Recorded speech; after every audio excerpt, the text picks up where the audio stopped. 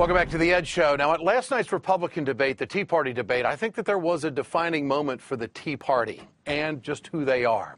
It was when Congressman Ron Paul was asked who should pay health care coverage for an uninsured 30-year-old after a serious accident. He needs intensive care for 6 months. Who pays? That's what freedom is all about, taking your own risk. This whole idea that you have to prepare and take care of everybody.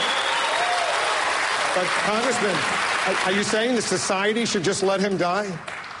No. I practiced medicine before we had Medicaid. Yeah, was the response from several audience members about whether society should let the man die.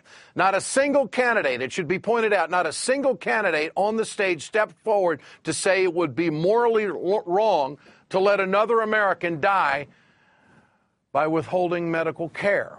And no one in the audience voiced any disapproval. Keep in mind that this audience had no problem booing opposing viewpoints throughout the entire debate.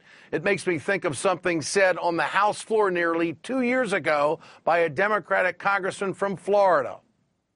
If you get sick in America, this is what the Republicans want you to do. If you get sick, America, the Republican health care plan is this.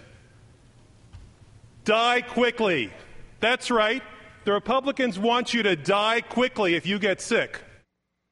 Congressman Alan Grayson was criticized by Republicans for those comments, but since then, the GOP still has not proposed any alternative health care plan. They just want to rip apart what they call Obamacare. And since Republicans continue to pander to the Tea Party base, they don't have to. They just need to let them die. The former congressman from Florida who is running for that congressional seat again, Alan Grayson, joins us tonight here on The Ed Show. Congressman, good to have you with us tonight. A couple of things. First of all, what was your feeling when you were watching that debate last night? You saw the question, you saw the response, and you got the response from the crowd. What were you thinking? I thought their true colors are shining through. That's what I thought. And, you know, I'm often proven right, but usually not so vividly. I have to say that this encapsulates exactly what people fear about the Tea Party, the so-called Tea Party, that they just love the taste of blood in their mouths. And that's what this seems to come down to. You know, they call themselves pro-life, but if you listen to them last night, it seemed that they were pro-death. And I think it's sad. Well, I mean, look, this is the fact. We have a country with 50 million people who can't see a doctor when they're sick. And the Republicans, the Tea Party people, they seem to want to blame you if you have liver cancer. It's your fault. Well, it's not your fault. And I think we can show a basic human decency toward other people without losing our own. I wonder about these people who seem to have lost their own.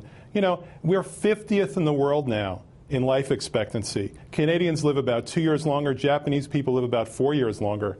And yet we pay 30% more for our health care than any other country in the entire world. Are you telling me we can't do better than this?